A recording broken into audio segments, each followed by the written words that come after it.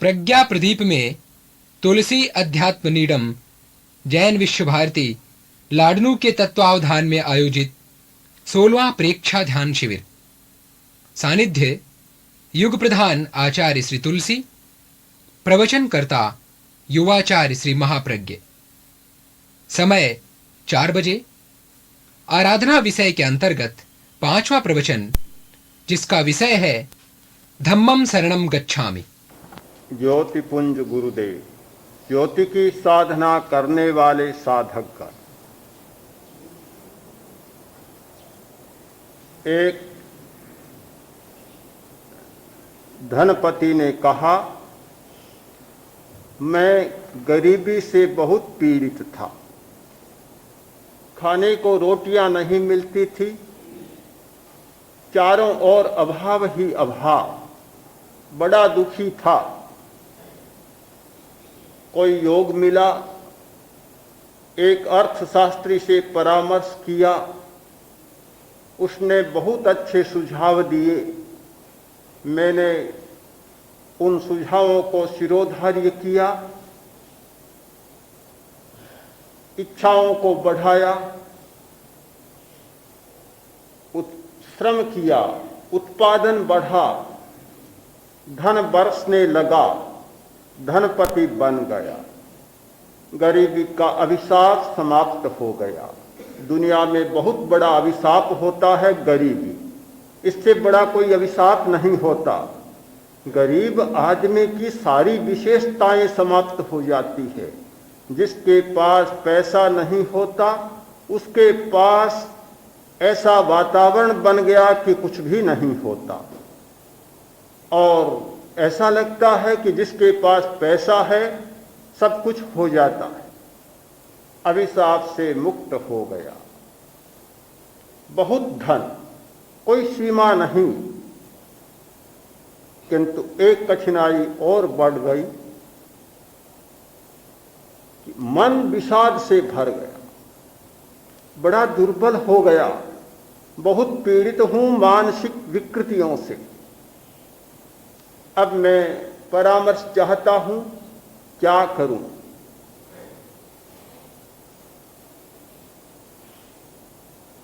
बड़ी कठिनाई की स्थिति थी। गरीब आदमी अमीर बन जाए, फिर और क्या चाहिए? हमारी सारी दुनिया में 2 धाराएं चलती है, एक गरीबी की धारा, दूसरी अमीरी की धारा।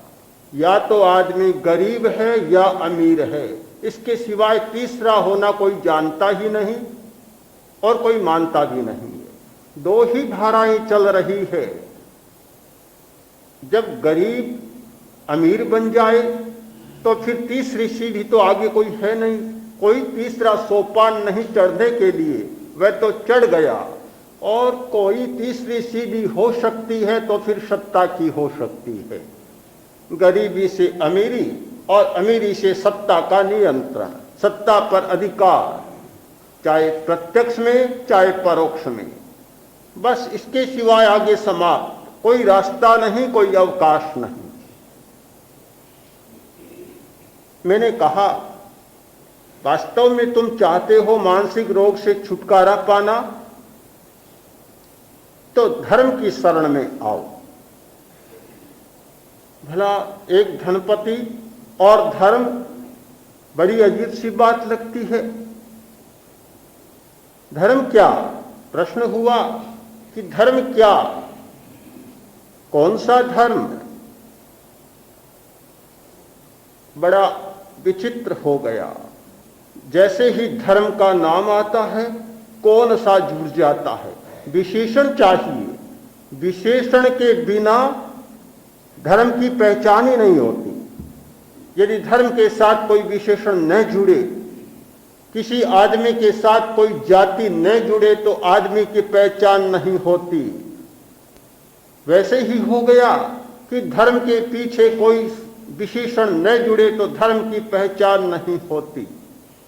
संप्रदाय धर्म पर इतना हावी हो गया, आज संप्रदाय के माध्यम से धर्म को जाना जाता है, किंतु धर्म के माध्यम से संप्रदाय को नहीं जाना जाता। धर्म के लिए संप्रदाय बने, किंतु संप्रदाय इतने मुख्य हो गए कि आज संप्रदाय प्रथम पंक्ति में और धर्म पीछे पड़ गया। आज धर्म के लिए संप्रदाय नहीं, किंतु संप्रदाय के लिए जैसे धर्म हो गया। प्रश्न स्वाभाविक था। मैंने कहा, मैं निर्विशेषण धर्म में विश्वास करता हूं। अणुव्रत आंदोलन प्रारंभ हुआ, उसकी एक बड़ी देन है निर्विशेषण संप्रदाय धर्म। धर्म तो था, पर निर्विशेषण धर्म। अणुव्रत धर्म तो है, पर उसके पीछे कोई संप्रदाय नहीं। वह निर्विशेषण धर्म है, कोई विशेषण जुड़ा हुआ नहीं है। जैन धर्म, बौद्ध धर्म, सिख धर्म, वैदिक धर्म, ईसाई धर्म या इस्लाम धर्म, कोई विशेषण नहीं, विशेषण मुक्त धर्म, केवल धर्म, केवल धर्म, केवल धर्म की बात। तो केवल धर्म बात समझ में भी नहीं आई। हो सकता है हाँ है, तो वह क्या है? वह है पदार्थ की प्रतिबद्धता से मुक्ति। धर्म का अर्थ है पदार्थ की प्रतिबद्धता से मुक्ति। आचार्य भिक्षु ने बहुत थोड़े में बड़ी मर्म की बात कही। उनसे पूछा गया कि धर्म क्या है, अधर्म क्या है? उन्होंने इतना संक्षिप्त उत्तर दिया, त्याग धर्म, भोग अधर्म। 4 अक्षरों की परिभाषा, त्याग धर्म, बस इतना सा। धर्म का मतलब है त्याग। किसका त्याग?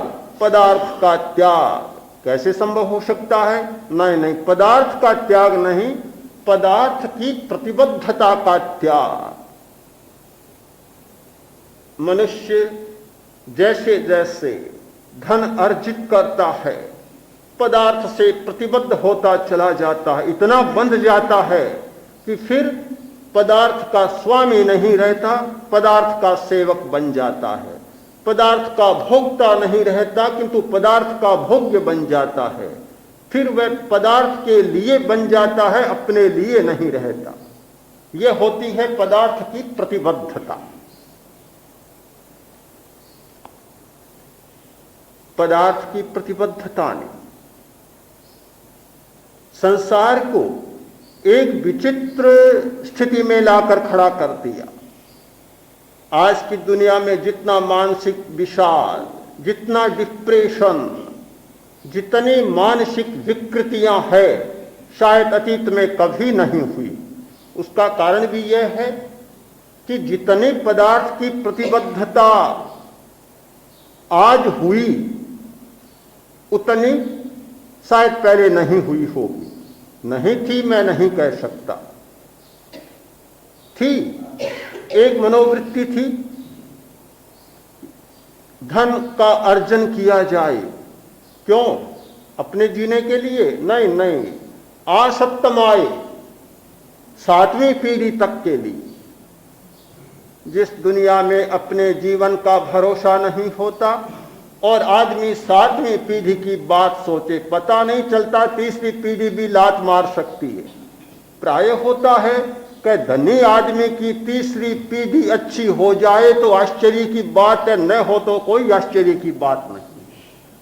पहला धन कमाने वाला शायद अच्छा हो सकता है, दूसरी पीढ़ी लड़खड़ाती सी अच्छी हो सकती है, पर तीसरी तो जोता लगाने वाली प्राय होती है। और कारण बहुत साफ है कि जैसे धन बढ़ता है, प्रमाद बढ़ता है, आराम बढ़ता है, और जैसे आराम बढ़ता है, व्यसन बढ़ते हैं, आदतें बिगड़ती हैं, और आदतों के बिगड़ने के साथ साथ चक्का उल्टा घूमने लग जाता है।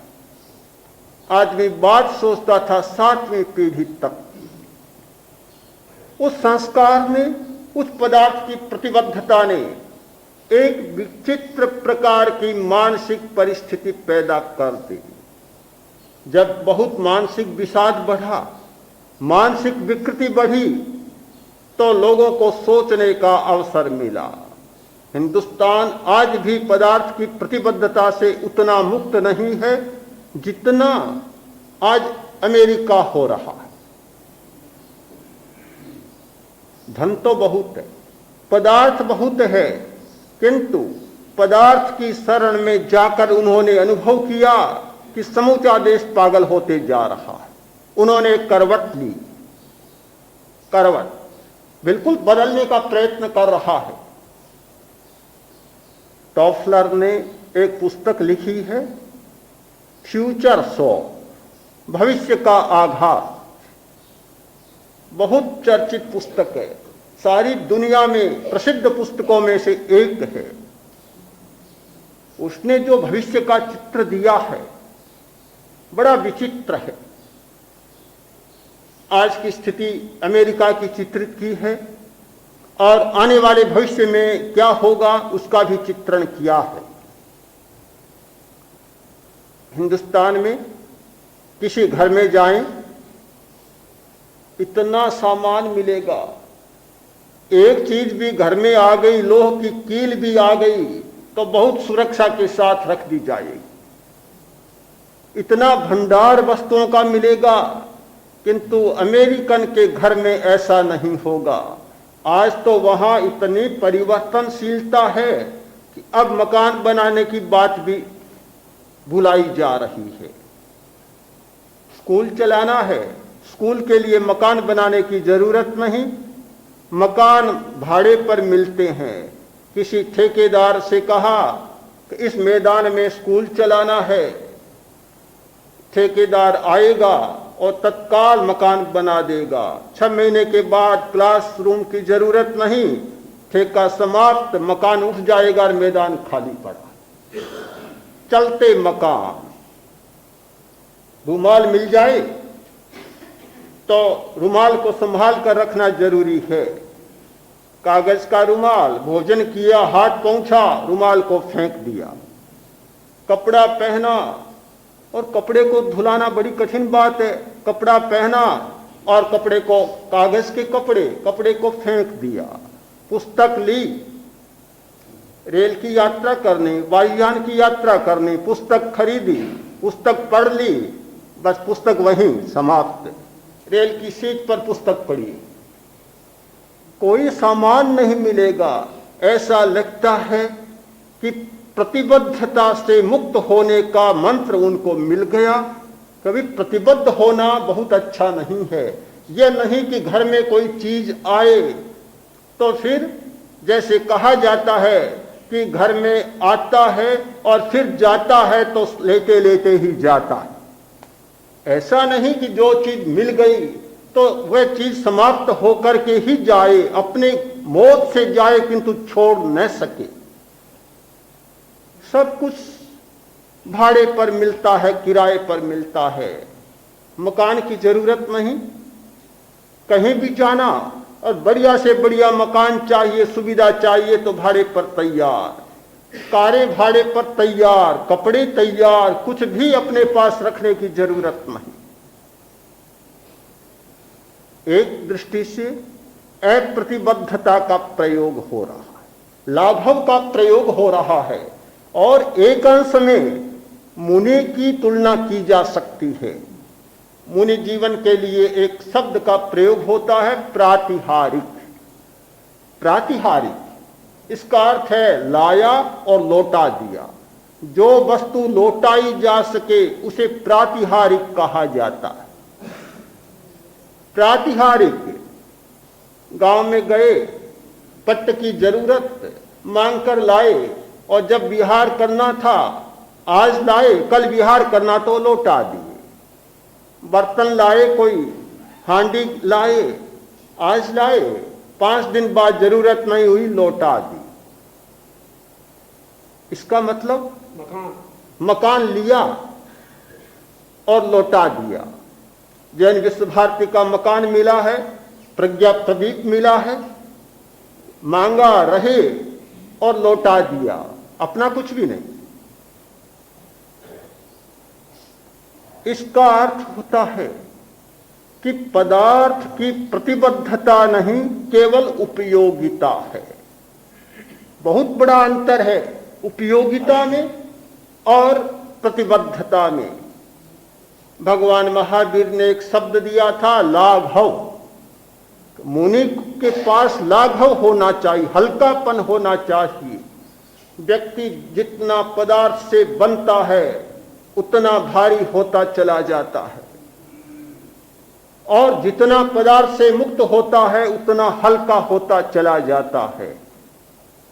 जैसे जैसे पदार्थ की प्रतिबद्धता होती है वैसे वैसे मन भारी होता है, चिंतन भारी होता है, कल्पनाएं भारी होती है, और मन पर इतना बोझा पड़ जाता है कि बेचारा मन भी टूटने लग जाता है। फिर दुर्बलताएं आती है। जैसे जैसे अवस्था का परिपाक होता है, मन इतना क्षीण, इतना दुर्बल होता है कि फिर आदमी उसे संभाल नहीं पाता। इस परिवर्तनशील दुनिया में आज भी लगता है कि इस सच्चाई को नहीं समझा जा रहा है, और मनुष्य पदार्थ को अपरिवर्तनशील मानकर उसके साथ चिपका बैठा है।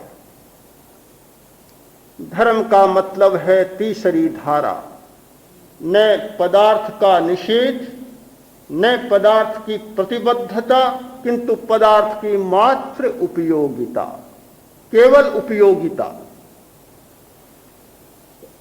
एस्किमो जाति के लोग, जो बर्फीले प्रदेश में रहने वाले लोग,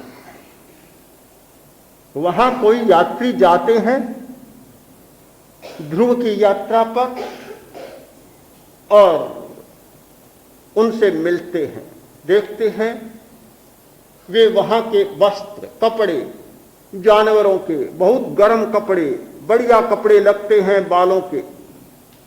कोई मांग लेता है, तत्काल उतार कर दे देते। लोगों ने पूछा, ये कैसे?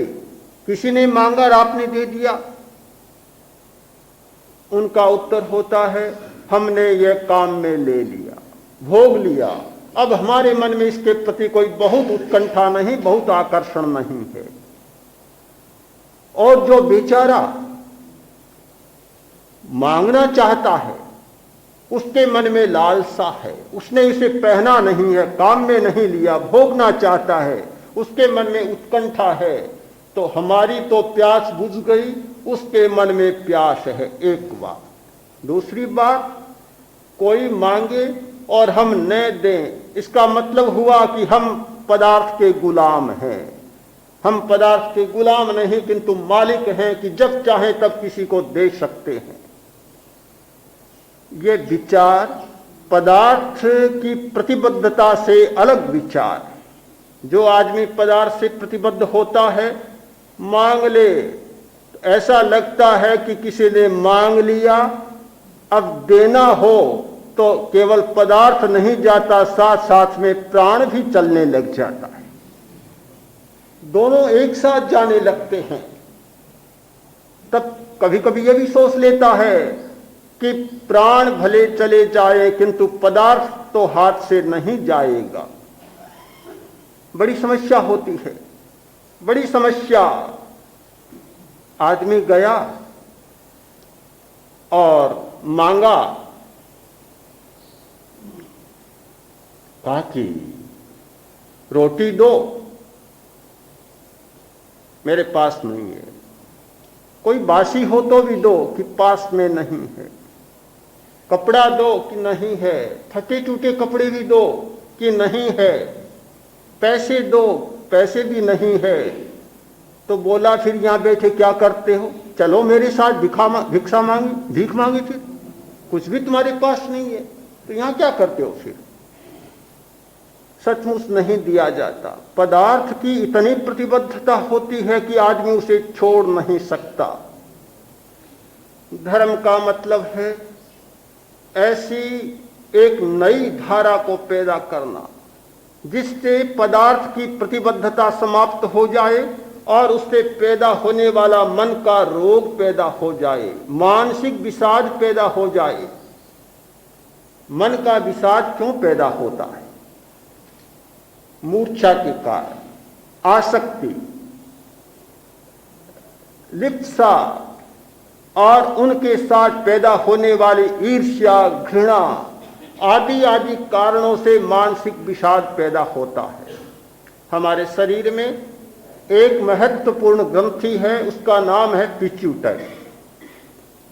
पिट्यूटरी ग्रंथि से अनेक स्राव होते, उनमें एक स्राव का नाम है SHSTH। वह स्राव एड्रिनल ग्रंथि को उत्तेजित करता है और तब नाना प्रकार की ये विकृतियां पैदा होती है। अधैर्य पैदा होता है, विषाद पैदा होता है, आतुरता पैदा होती है, नाना प्रकार की मनोवृत्तियां जन्म लेती है। वह ग्रंथि विकृत होती है भावना के क्षोभ के द्वारा। मनुष्य जब ज्यादा लोभी, ज्यादा लालची, ज्यादा आतुर होता है तो वे वृत्तियां पैदा होती रहती है। धर्म का मतलब है ग्रंथियों का संतुलन, भावनाओं का संतुलन। जब भावना का संतुलन होता है, भावना के सागर में कोई तरंग पैदा नहीं होती, कोई क्षोभ पैदा नहीं होता, तो ग्रंथियों का स्राव भी संतुलित रहता है, कोई कठिनाई पैदा नहीं होती। हमने धर्म को समझा है एक संप्रदाय के रूप। बड़ी बात है, कोई व्यक्ति ध्यान करने आए और किसी को पता चले कि कोई ध्यान करने आया है, तो पहला प्रश्न होगा कि क्यों आए हो ध्यान करने के लिए? कहाँ? आचार्य तुलसी के पास। तो फिर वहीं जाओ, वहीं सब कुछ हो। धारणा बदल जाती। सचमुच बड़ी एक बात होती है कि धर्म को इस अर्थ में नहीं समझा कि धर्म तो प्रतिबद्धता से मुक्ति दिलाने वाला है। पदार्थ की प्रतिबद्धता, वैसे ही संस्कार की प्रतिबद्धता, मान्यता की प्रतिबद्धता, धारणा की प्रतिबद्धता। जब तक इस प्रतिबद्धता से आदमी मुक्त नहीं होगा तो धार्मिक कैसे होगा? बात कुछ समझ में नहीं आती। पर मुझे लगता है जितना तेजी के साथ परिवर्तन हो रहा है, आदमी पकड़ नहीं पा रहा है, समझ नहीं पा रहा है। आज विज्ञान के क्षेत्र में इतना परिवर्तन हो रहा है। एक रसायन शास्त्री जो 10 वर्ष पहले उत्तीर्ण हुआ, आज लेक्चरर या प्रोफेसर बना, उससे पूछे, अपना अनुभव बताएगा कि 10 वर्ष पहले मैं उत्तीर्ण हुआ था, आज मुझे परीक्षा में बिठाया जाए तो मैं फेल हो जाऊं। क्योंकि इतना सिद्धांत बदल चुका कि आज का आदमी, 10 वर्ष पहले पढ़ा हुआ आदमी आज के सिद्धांत को नहीं समझ पा रहा है, पुराना पड़ गया। मैंने 10 वर्ष की बात बहुत बड़ी बात कह दी। आज प्रातः काल एक सिद्धांत था और सांझ तक एक ऐसी खोज हो जाएगी कि सुबह पढ़ने वाला भी पुराना पड़ जाएगा। इतनी नई खोजें हो रही है। जीव विज्ञान में इतनी अद्भुत खोजें हो रही है कि केवल पुराने सिद्धांतों के आधार पर आदमी चले तो संभव नहीं होता कि वह चल सके। जीनेटिक इंजीनियरिंग में जो नई खोजें हो रही है, ऐसा होगा, एक कल्पना है आज के वैज्ञानिक की, कुछ वर्षों बाद ऐसा समय आएगा कि जैसे बाजार में आटा मिलता है, घी तेल मिलता है, चीनी मिलती है, कपड़े मिलते हैं और भी न जाने कितनी वस्तुएं मिलती है, दवाइयाँ मिलती है, वैसे ही एक दुकान होगी या एक वैज्ञानिक का एक प्रयोगशाला का कक्ष होगा। ग्राहक जाएगा और पूछेगा, तो वैज्ञानिक पूछेगा क्या चाहते हो? लड़का चाहता हूं। कौन सा लड़का, कैसा लड़का? कैसा लड़का? एक वैज्ञानिक चाहता हूं। कोई कहेगा एक वकील चाहता हूं, कोई कहेगा कि एक डॉक्टर चाहता हूं। बस दिया, कुछ पुड़िया दी, ली और वैसा लड़का पैदा हो गया, वैसा ही बन जाएगा, फिर कोई बनाने की जरूरत नहीं। इतना विकास हो रहा है और ये कोई असंभव बात नहीं है। असंभव न माने इस बात को। मैं एक बहुत पुराना प्रसंग उद्धृत करना चाहता हूं। आचार्य अपने शिष्य को एक ग्रंथ पढ़ा रहे थे, बड़ा अद्भुत ग्रंथ है और उसे पढ़ाने का समय भी बड़ा विचित्र है। रात के 12 बजे उस ग्रंथ का पाठ पढ़ाया जाता है, जबकि सब लोग सो जाए। बड़ा एकांत में पढ़ाया जाता है, साधु भी दूसरा पास में नहीं हो सकता। ग्रंथ पढ़ाया जा रहा था, उस ग्रंथ का नाम है योनि प्रावृत्त, जिसमें दुनिया में होने वाली जीव और निर्जीव सब वस्तुओं की योनियों का ज्ञान कराया जाता है, उत्पादन की पद्धतियों का ज्ञान कराया जाता है। आचार्य पढ़ा रहे थे, शिष्य पढ़ रहा था, पर कोई चोरी छुप के सुन रहा था, पता ही नहीं चला। ज्ञान के चोर भी दुनिया में कम नहीं होते, कला के चोर भी दुनिया में कम नहीं होते और साहित्य के चोर भी इस दुनिया में कम नहीं होते। सब प्रकार के लोग होते हैं। सुन रहा था, विषय पूरा हो गया, हाथ में विद्या आ गई, गया और भैंसा बनाने का उपाय हाथ में आ गया। बस कि ये रसायन इकट्ठे, भैंसा बनाया, बाजार में बेचना शुरू कर दिया, बड़ा धंधा खुल गया। अब तो कोई पार नहीं, भैंसे बनाते जाओ और बेचते जाओ। फिर पंजाब से भैंसे लाने की जरूरत नहीं, कहीं से जरूरत नहीं, बस एक बड़ा व्यवसाय खुल गया। आचार्य को पता लग गया, बड़ी चर्चा हुई गांव में, अरे क्या हो गया, कहां से इतने भैंसे आ रहे हैं? आचार्य को पता लगा, समझ गए कि सचमुच इस व्यक्ति ने मेरा पाठ सुन लिया है। उसको याद किया, आया, बोले क्या करते हो? मुस्का दिया, अरे तूने भैंसा बनाने का ही पाठ पढ़ा और धंधा शुरू कर दिया, ये तो गलत काम तुमने किया। लो अब जब सुन ही लिया तुमने, तो मैं तुम्हें बताता हूं सोना और रत्न बनाने की कला, वह काम करो तो तुम्हारा लाभ होगा। अब तो बड़ा खुश हो गया। आचार्य ने एक फार्मूला बताया, बड़ा प्रसन्न हुआ और गया कि सोना बनाऊंगा, रत्न बनाऊंगा और देखते देखते बड़ा धन कुबेर बन जाऊंगा। बैठा, सारे साधन इकट्ठे किए, रसायन मिलाए, किया। जैसे ही रसायन मिलाए और एक भयंकर नाग बना, सीधा आकर डसा और वहीं मर गया। एक प्रामाणिक घटना, कोई कहानी नहीं, किंतु प्रामाणिक घटना है।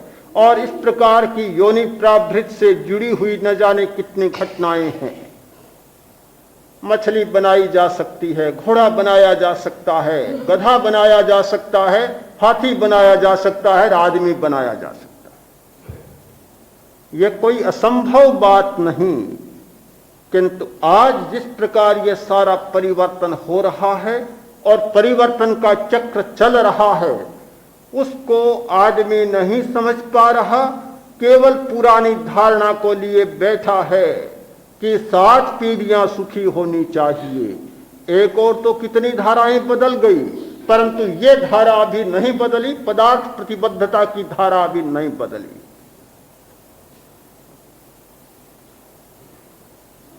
आज जब तक धर्म की शरण में जाने की बात समझ में नहीं आएगी, तब तक ये धारा बदलेगी भी नहीं। फिर मैं बात को स्पष्ट करना चाहता हूं, संप्रदाय की शरण में जाने की बात नहीं, धर्म की शरण में जाने की बात। प्रतिदिन हम उच्चारण करते हैं, अर्हन्ते शरणं पवज्जामि, सिद्धे शरणं पवज्जामि, साहु शरणं पवज्जामि, केवलिपन्नतम धम्मं शरणं पवज्जामि। प्रेक्षा ध्यान करने वाला व्यक्ति दिन में कम से कम 4-5 बार इस शरण सूत्र को दोहराता है। शरण में जाना बहुत जरूरी है। पदार्थ की शरण में जाकर समूची मानव जाति ने परिणामों का अध्ययन कर लिया, अनुभव कर लिया कि पदार्थ की शरण में जाने के परिणाम क्या होते हैं। अब धर्म की शरण में जाने की बात सोचनी पड़ेगी, संयम की बात सोचनी पड़ेगी और पदार्थ के सम्यक नियोजन की बात सोचनी पड़ेगी। मुझे लगता है अभी सम्यक नियोजन की बात समझ में नहीं आ रही। भला धर्म की शरण में कैसे जाया जा सकता है? मालवीय जी एक सेठ के घर चंदा मांगने के लिए गए। हिंदू विश्वविद्यालय का निर्माण हो रहा था। पहुंचे, बैठे, देखा कि लड़का सेठ का दिया सलाई से खेल रहा है। दिया सलाई जलाई और लकड़ी को जला दिया। सेठ बीच में ही उठा, पहुंचा और एक चांटा जड़ दिया। बड़ा सेठ था, धनपति, अपना प्यारा लड़का ऐसा चांटा जड़ा, मालवीय जी भी देखते रह गए। सेठ आकर बैठा और मालवीय जी उठने खड़े लगे। सेठ ने पूछा, आप क्यों पधारे? कोई कारण ही नहीं बताया और आप पधारने लग गए वापस। कृपया बतलाइए आप क्यों आए हैं? मालवीय जी ने कहा, नहीं ऐसे ही आ गया, कोई बात नहीं। तो फिर बहुत आग्रह किया तो बोले, क्या बताऊं, एक लकड़ी के लिए छोटे बच्चे को एक चांटा जमा दिया तुमने। तो मैं तो आया था चंदा मांगने, अब मेरी आशा ही समाप्त हो गई, तुम क्या दोगे? मैं तो जा रहा हूं। सेठ ने कहा, आप क्यों जाते हैं? तत्काल 50,000 का चेक मालवीय जी के हाथ में दे दिया। मालवीय जी आश्चर्य में पड़ गए, बात समझ में नहीं आई। ये कैसे हो सकता है? जो व्यक्ति इतना कृपण एक दिया सलाई और लकड़ी के लिए बच्चे को मार दे और एक और 50,000 का चेक दे दे। रहा नहीं गया, पूछा, तुम्हारी बात समझ में नहीं आई। सेठ बोला, बनिया हूं, व्यापारी हूं, व्यर्थ का खर्च करना नहीं चाहता। प्रसंग में ही उदारता दिखाई जा सकती है, अप्रसंग में उदारता का प्रश्न नहीं होता, वहां संयम की बात होती है। फालतू एक लकड़ी भी जल जाए, खराब हो जाए, ये मुझे बर्दाश्त नहीं। वहां हमारा संयम होना चाहिए और जहां काम हो वहां 50,000 नहीं 2 लाख का भी चेक दिया जा सकता है। मालवीय जी भी देखते रहे। यह बात अभी समझ में नहीं आई, सम्यक नियोजन की बात। आदमी क्या करता है कि जहां अपना प्रसंग हो, अपनी विवाह शादी, अपने बड़प्पन का प्रश्न, अपने लिए कुछ करना, अपना मकान बनाना, अपने कपड़े बनाना, वहां साल में 10 लाख का बजट भी कम पड़ जाता है। और जहां किसी उपयोगिता के काम में 1,000 भी देना हो, 4,000 भी देना हो, तो 20 चक्कर न लगाए, तब तक तो दिया ही क्या। मांगने वाले के पैरों में पानी न पड़ जाए, छाले न पड़ जाए, तब तो दिया ही क्या। ये जो सम्यक नियोजन वाली बात समझ में नहीं आ रही है, मुझे लगता है यह है पदार्थ की प्रतिबद्धता, धन का व्यामोह और पदार्थ की मूर्छा।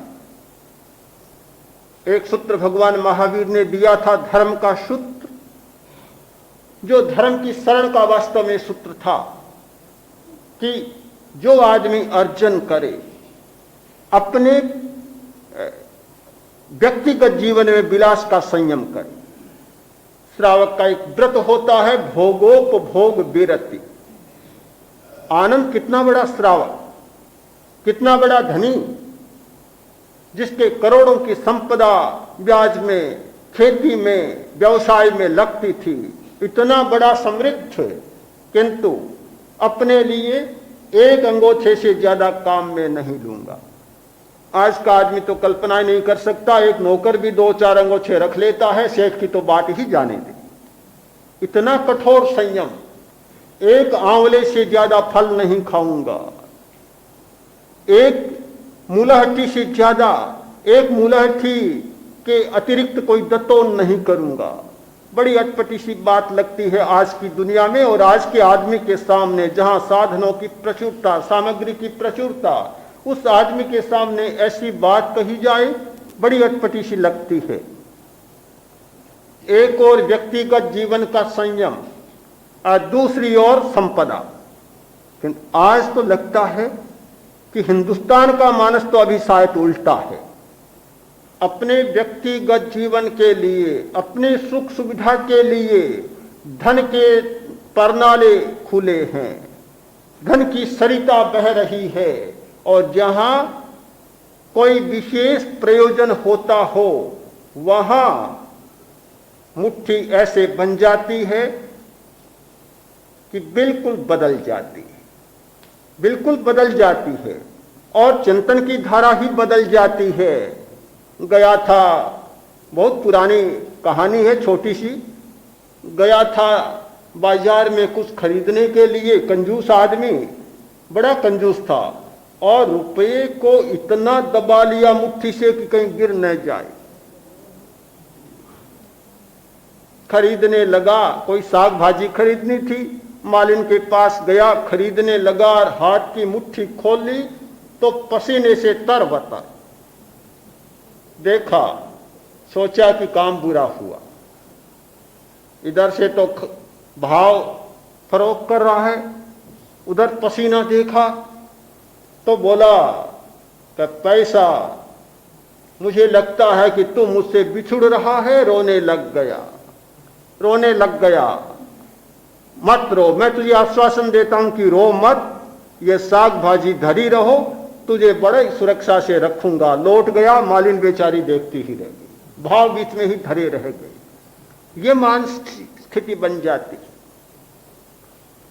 धम्मम शरणं गच्छामि, यह सूत्र एक नई युग धारा का सूत्र है। यह पुरानी भाषा में है, पर शाश्वत सत्य का प्रतिपादन करने वाला सूत्र है। हम फिर धर्म की धारणा को बदलें, धर्म को अपने से भिन्न न माने। अभी मान रखा है, हमारी धारणा धर्म के साथ जुड़ी हुई नहीं है, अपने आप को बदलने के लिए जुड़ी हुई नहीं है। अपनी मूर्छा को कम करना, अपने संस्कारों को बदलना, अपनी आदतों को बदलना, अपनी धारणाओं में परिवर्तन लाना, यह हमने धर्म का कार्य नहीं मान रखा है। धर्म का काम छोटा मोटा मान रखा है तो गुरु का आशीर्वाद प्राप्त कर लेना, प्रणाम कर लेना, भक्ति कर लेना, याचना कर लेना और कुछ मांग लेना, बस धर्म का कार्य समाप्त। एक अध्याय पूरा समाप्त हो जाता है।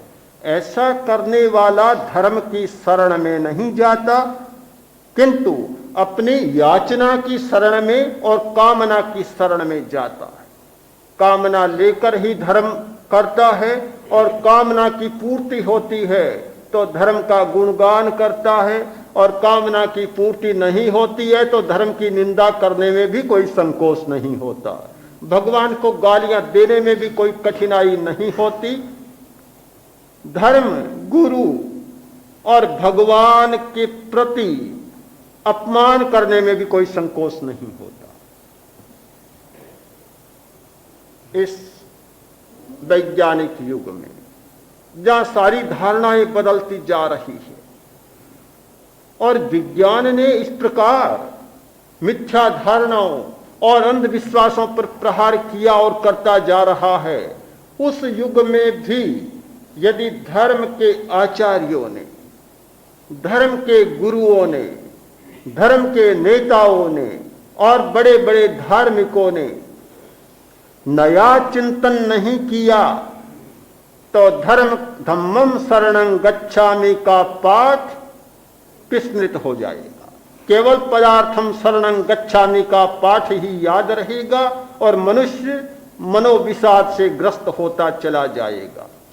परिवर्तन कितना हो रहा है उसे समझने की जरूरत है। एक व्यंग, बहुत मार्मिक व्यंग है। महिला को देखा, बहुत बढ़िया कपड़े पहने हुए, कीमती कपड़े। किसी दूसरे ने पूछा कि बहुत कीमती कपड़े पहने हुए हो, लगता है कि तुम्हारे पति को अच्छी नौकरी मिल गई। तपाक से बोली, मेरे पति को अच्छी नौकरी नहीं मिली किंतु मुझे अच्छा पति मिल गया। कितनी मर्म की बात है। पुराने जमाने में पूछा जा सकता था कि तुम्हारे पति को अच्छी नौकरी मिल गई होगी, किंतु तलाक, जहां आए दिन तलाक, सुबह शादी शाम को भी तलाक हो सकता है, वहां यह नहीं पूछा जाता कि तुम्हारे पति को अच्छी नौकरी मिल गई। वहां तो यह बात होती है कि मुझे अच्छा पति मिल गया। जहां इतना द्रुत गति से सारा परिवर्तन का चक्र घूम रहा है, वहां यदि धर्म की धारणा हमारी न घूमे तो बहुत कठिनाई पैदा होगी। मैं मानता हूं प्रेक्षा ध्यान का प्रयोग यह धारणा के परिवर्तन का प्रयोग है। धर्म के प्रति एक नई धारणा का प्रयोग है। हमारी पुरानी धारणा मिटे टूटे और एक नई धारणा जन्म ले कि धर्म का मतलब है चित्त की एकाग्रता, धर्म का मतलब है चित्त की निर्मलता, धर्म का मतलब है चित्त पर जमा हुआ मूर्छा का मेल साफ होना, सफाई कर डालना। धर्म का मतलब है स्वयं सत्य की खोज करना और सबके प्रति मैत्री का भाव रखना, समन्वय का भाव विकसित करना। यह है धर्म। और इसीलिए धम्मम शरणं गच्छामि का पाठ कहने वाला मानसिक विकृतियों से मुक्त हो जाता है। मुझे लगता है कि जो व्यक्ति सही अर्थ में धर्म को स्वीकार करता है वह मानसिक विकार से ग्रस्त नहीं हो सकता। आज अनेक संस्थान है, हर बड़े इंस्टीट्यूट के साथ एक मानसिक चिकित्सा का संस्थान भी जुड़ा हुआ है।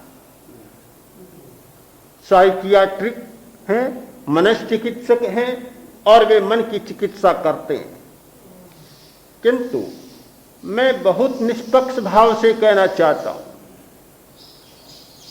मानसिक चिकित्सा का इतिहास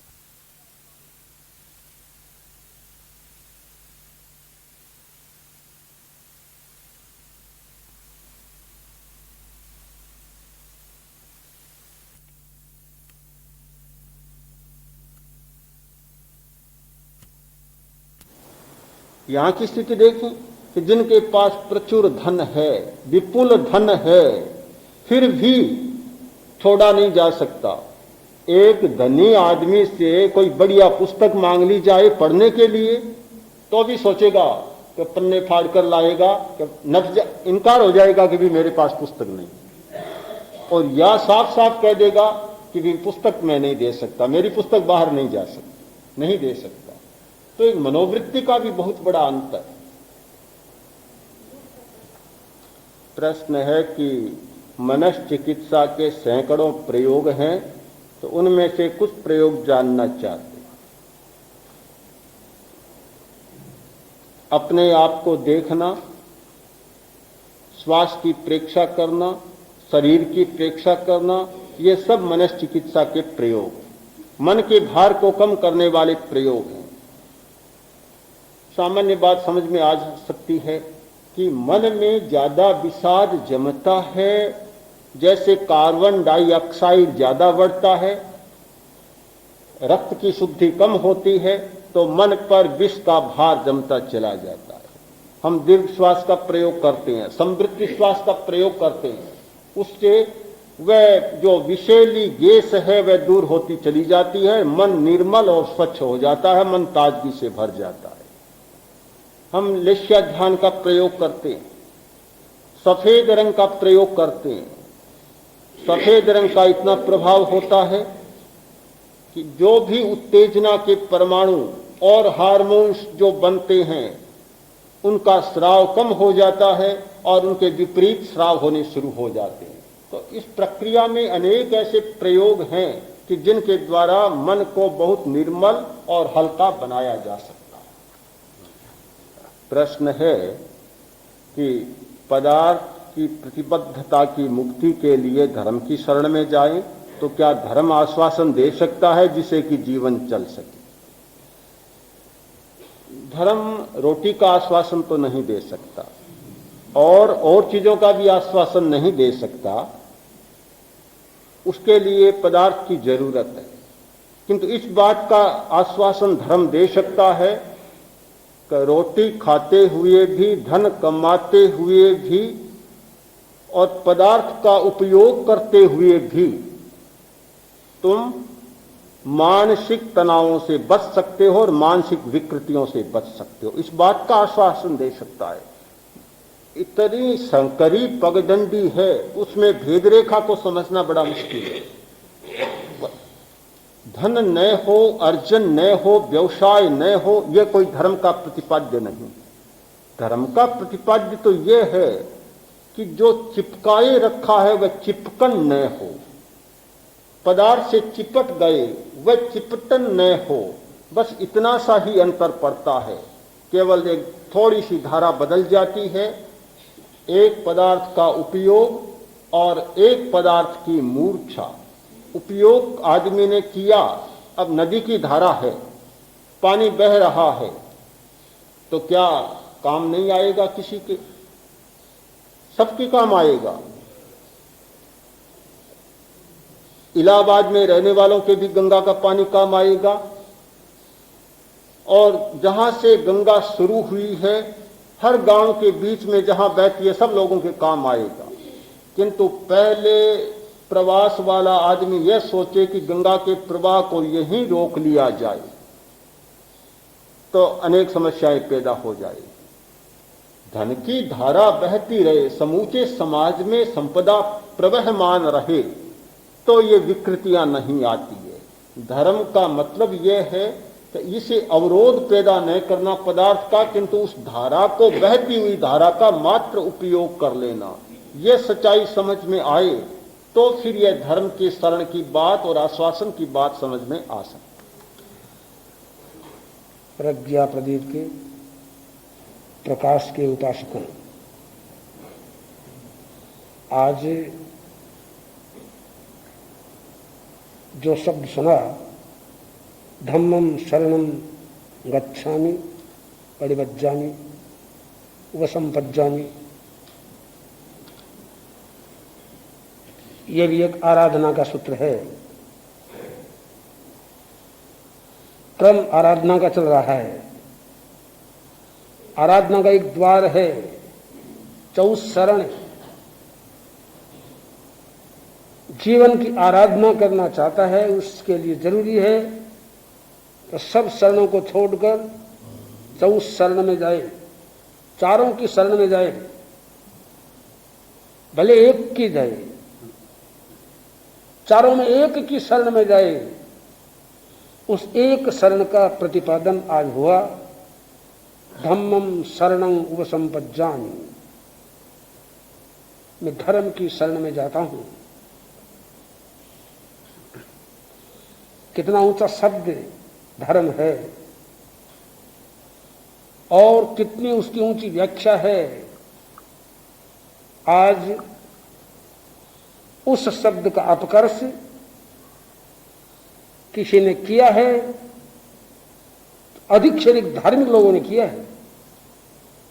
अधार्मिकों ने धर्म शब्द का जितना अपकर्ष नहीं किया उतना स्वयं धार्मिकों ने किया है। धर्म को अपने आराम, अपनी सुख सुविधा का साधन बना लिया, अपकर्ष होगा ही। जो धर्म सारे संसार को समता का पाठ पढ़ाता था, शांति का उपदेश देता था, रास्ता दिखाता था, वह कतिपय तथा कथित धार्मिकों की सुख सुविधा का साधन बन जाए, इससे बड़ी विडंबना क्या होगी। इसलिए नया चिंतन और बिल्कुल अभिनव चिंतन किया गया कि धर्म को एक सीमा तक सभी विशेषों से मुक्त कर दिया जाए, और निर्विशेषण धर्म की बात आई। धर्म केवल धर्म, उसकी शरण में जाऊं। जो व्यक्ति धर्म की शरण में चला गया वह निश्चित आराधक हो गया। उसे आराधना के लिए और किसी दूसरी की शरण में जाना नहीं पड़ेगा। वास्तव में धर्म क्या है? धर्म की व्याख्या के हजारों ग्रंथ लिख दिए गए, किंतु कभी कभी छोटे से वाक्य को भूल जाते हैं। धर्म है अपने स्वभाव में रमण करना, अपने आप में रहना। स्वभावो धम्मो, स्वभाव का नाम धर्म है। पहले हम पहचान ले अपना स्वभाव क्या है और हम कहां भटक रहे हैं। स्वभाव को अगर हमने समझ लिया तो फिर धर्म की व्याख्या हमारी समझ में आ गई।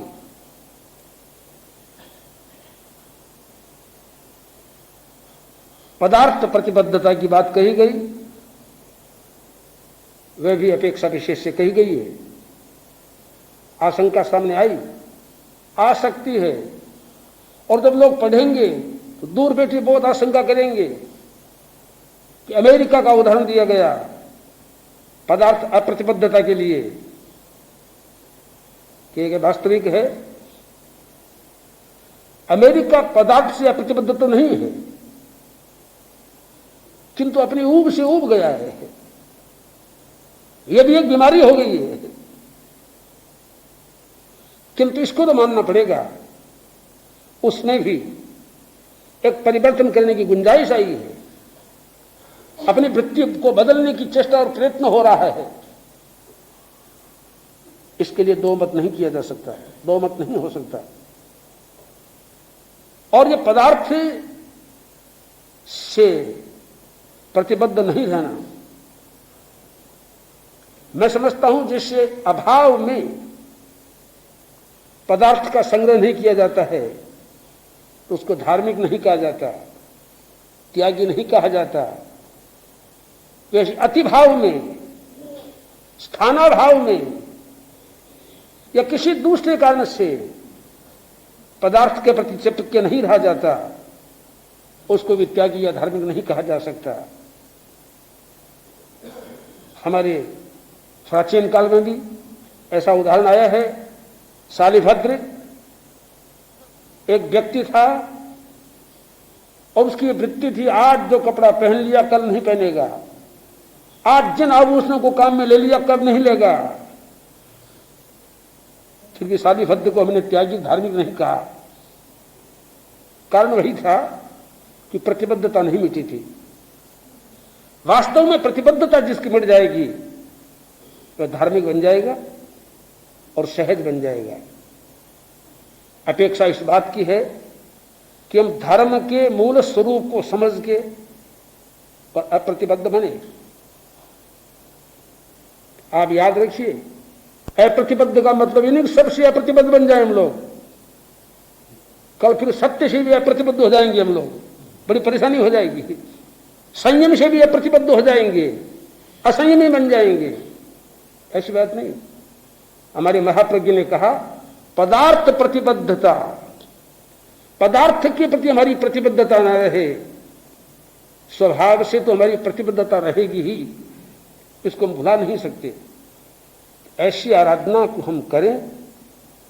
और जब से अनुभूत की बात चली, हमने निर्विशेषण धर्म की मुक्तता से बात कही, और जहां कहीं ये बात कही वह उस बात का स्वागत हुआ।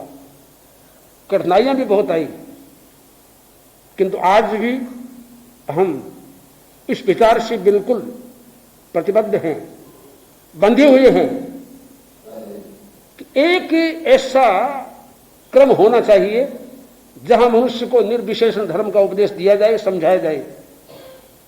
इससे संप्रदायों को कोई नुकसान होने वाला नहीं है।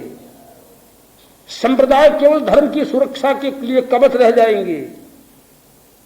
संप्रदाय के द्वारा भी धर्म का बड़ा हित हो सकेगा और धर्म के द्वारा संप्रदाय का हित हो सकेगा कि हम धर्म को संप्रदाय के घेरे से मुक्त रखें। मैं मानता हूं वो धर्म मुनियों के पास में भी नहीं मिल सकता, कहीं कहीं गृहस्थों के पास भी मिल सकता है, कोई कठिनाई की बात नहीं है। एक व्यक्ति सन्यासी के पास में गया और जाके उसने पूछा,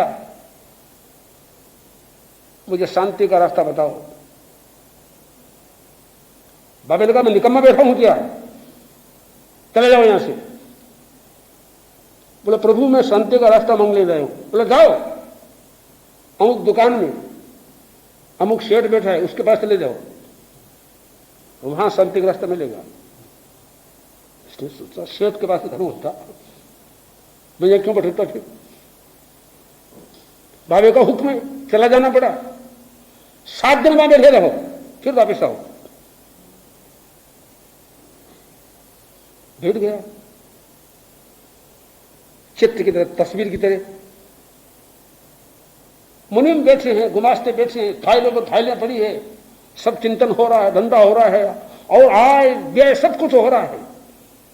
इसने सोचा कहां फंस गया, यहां शांति का रास्ता मिलेगा।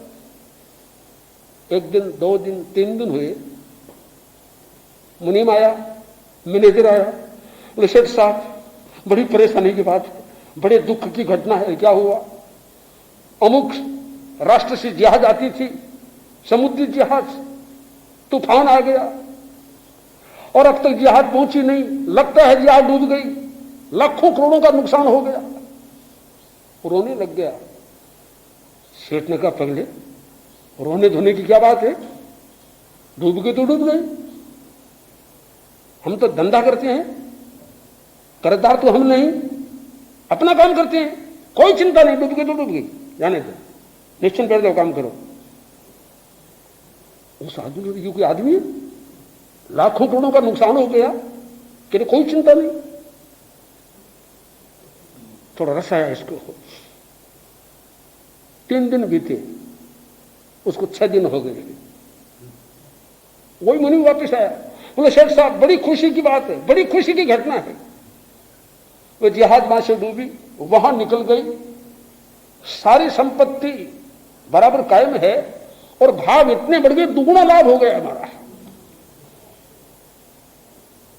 शेठ ने कहा, पहले क्या बात करते हो, कौन सी बात है, हो गया तो हो गया, क्या खुशी की बात है, बैठ जाओ। चलता है ऐसा ही व्यापार है, उतार चढ़ाव आता रहता है, ज्वार भाटा आता रहता है, कोई चिंता की बात नहीं, कोई खुशी की बात नहीं, बैठ जाओ। वो बेचारा बैठा था, उसने सोचा, रे हो ये कोई आदमी, करोड़ों का नुकसान चिंता नहीं, करोड़ों का फायदा खुशी नहीं। उठ गया, उठ के गया। बोले, बाबा, बोले क्या हुआ? बोले, बाबा बड़ा भारी काम किया, मुझे शांति का रास्ता मिल गया। नफे में नुकसान में सम रहना ही शांति का रास्ता है। इसका नाम है पदार्थ के प्रति अप्रतिबद्धता। अगर कोई कर सकता है तो मुझे तो आपत्ति, कोई करोड़ों का व्यापार करे, व्यवसाय करे, हमें कोई आपत्ति नहीं। और अन्यथा कोई अकिंचन भिखारी बन जाए तो कोई फायदे की चीज नहीं है। ये धर्म की जो बात है ये कैसे आ सकती है? हमने तो इस धर्म का आस्वादन किया है, इस धर्म की उपासना हमने की है और इस तत्व को पाया है, और इसलिए किसी साक्षी की जरूरत नहीं, हम स्वयंभूत साक्षी है, हमको इसका आनंद मिला है, मिल रहा है। इसलिए बार बार कहा जाता है धम्मं शरणं भवज्जामि, और ये आराधना का सूत्र है। आराधना के प्रवचन के अंतर्गत ये बात बताई गई है। वास्तव में हम ऐसे धर्म की शरण में जाके सुखी और शांत हो जाएंगे। पद्यों का उच्चारण।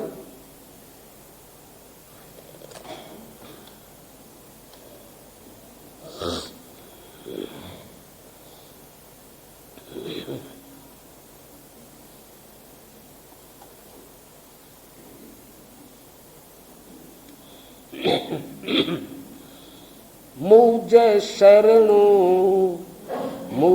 शरणो थाओ जिन धर्मेनो, मुझे शरणो थाओ जिन सूत्र धर्म प्रभु आखियो, सूत्र धर्म प्रभु बलि चारित्र धर्म उदार हो, हेलु करनी जीवत सुलेख, ये दोनों ही जिन आज्ञा मझे, ये दोनों ही जिन आज्ञा तिन स्यों धर्म कही जय सार हो, मुझे शरणो थाओ जिन संयम तप संयम न तप शोभत, दोनों ही जिन आज्ञा मझे, दोनों ही जिन आज्ञा में किन स्यों धर्म कही जय सार हो, मुझे शरणो थाओ संयम न तप शोभत, संयम न वर संयम थी रूक कर्म हो, तप सेती बंध्या अघ निर्जर, ए दोनों ही जिन आज्ञा मझ, ए दोनों ही जिन आज्ञा तिन स्यों धर्म कही जय परम हो, मुझे शरणो थाओ जिन धर्म भव तरणो शरण जिन धर्म।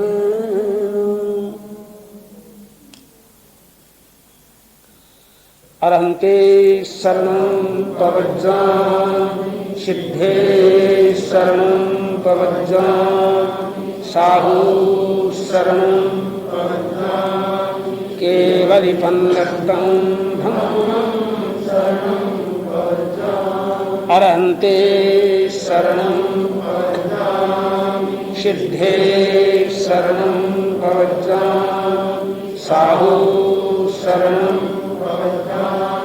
केवलिपन्नतं धम्मं शरणं प्रपद्यामि, अरहन्ते शरणं प्रपद्यामि, सिद्धे शरणं प्रपद्यामि, साहु शरणं प्रपद्यामि, केवलिपन्नतं धम्मं शरणं प्रपद्यामि।